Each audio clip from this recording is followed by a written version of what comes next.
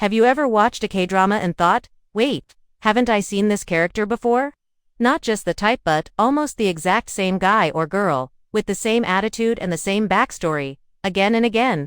If so, you're definitely not alone.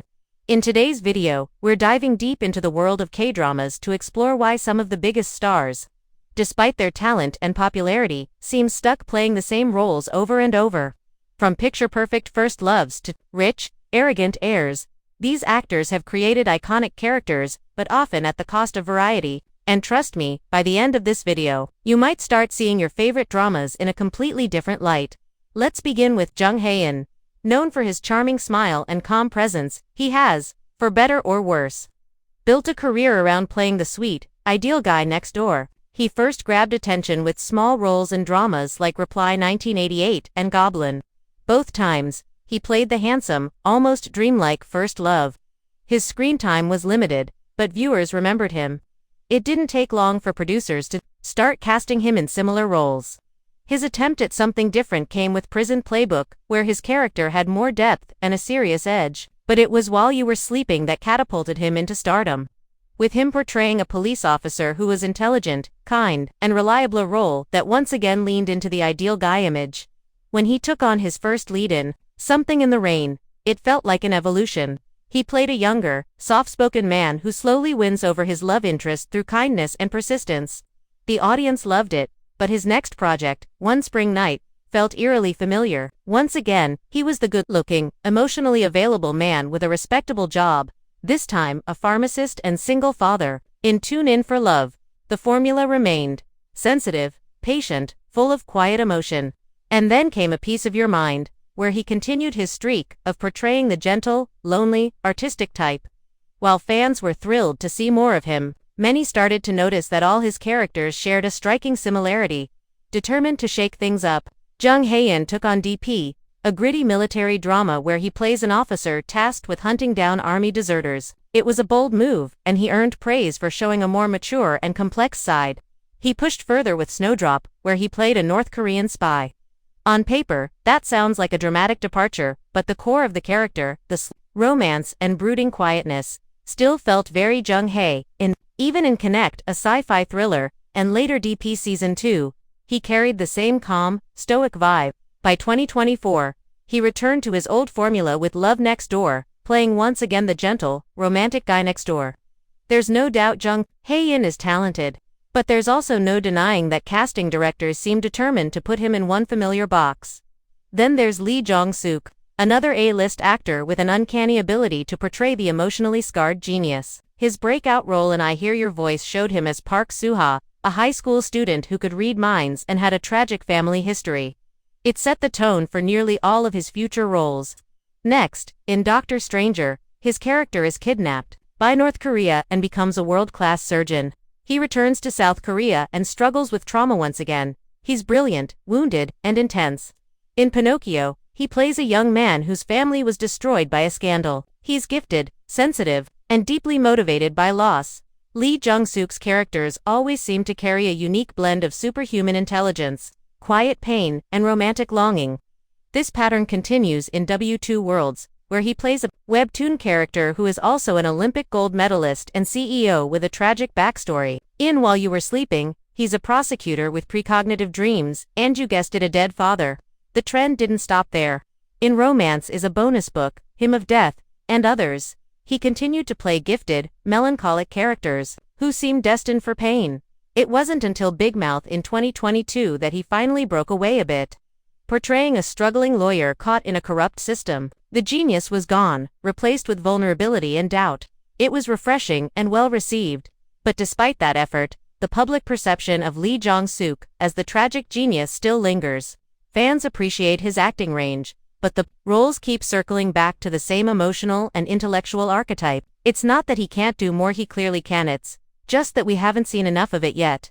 Now, let's shift to the queen of rom-com energy herself. Wang Jung-eum. Known for her high-energy performances and expressive facial reactions, she has carved out a niche for herself in Korean romantic comedies, but often at the expense of variety. In Kill Me, Heal Me, she played a lively, slightly over-the-top psychiatrist navigating a relationship with a man who has multiple personalities. Her style, loud, emotional, full of wild expressions, was part of the charm. Then came She Was Pretty, where she played an eccentric, frizzy-haired woman with low self-esteem but a heart of gold. Again, full of drama, comedy, and big emotions. In Lucky Romance, her role was basically an echo of the same type: quirky, unlucky in love, and highly animated. Even when she returned after a 2-year maternity break in Mystic Pop-Up Bar, her character, though supernatural, still felt like an emotional extension of her earlier roles.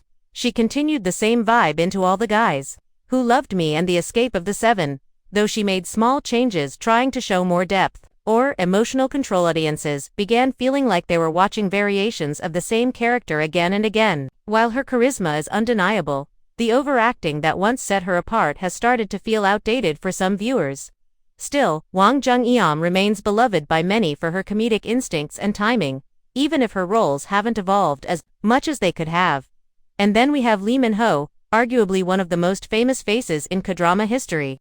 But fame aside, he has become almost synonymous with one specific role: the rich, arrogant heir. His rise to stardom began with Boys Over Flowers in 2009, where he played Ji-Yoo Junpyo, a spoiled chaebol who eventually reveals a softer side. That role defined him, and unfortunately, it never quite let go.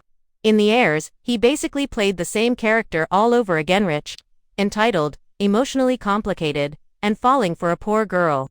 It was a commercial success, but creatively, it felt like déjà vu.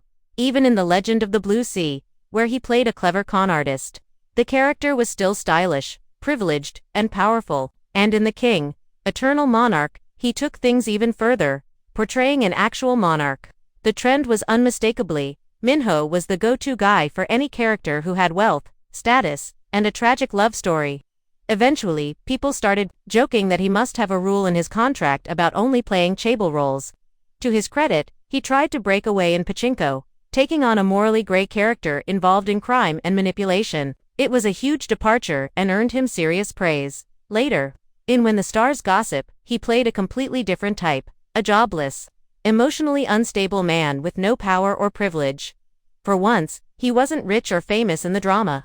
But, while it showed range, the show itself didn't perform well, which limited the impact of his transformation. So despite his efforts, Lee Min-ho still struggles to shake off the image of the rich, arrogant leader role he plays effortlessly, but perhaps too often. All this raises an important question: why does this happen? Why do so many top Kdrama actors end up playing the same character again and again? The answer is a mix of typecasting, audience expectations, and industry strategy. Once an actor becomes successful in a role, casting directors naturally want to recreate that magic. Audiences, too, often fall in love with a specific image and get upset when actors try something different. And let's not forget the actors themselves. Some prefer to stay in familiar territory, especially when it guarantees high ratings. But the cost is clear: repetition can limit growth. It risks making even the most talented actors feel stale. While many of these stars have shown that they're capable of more, the roles they're offered often tend to stick close to a formula. As fans, we can appreciate their consistency, but also hope to see them push boundaries and try things we never expected. So next time you tune into a drama and get that strange feeling of déjà vu, it might not be your imagination. It could just be another brilliant actor caught in the loop of K-drama typecasting. And who knows, maybe their next role will finally be the one that breaks the cycle and shows us just how versatile they really are. If you enjoyed this deep dive into the fascinating world of K-drama casting, make sure to like the video and share it with your fellow drama fans.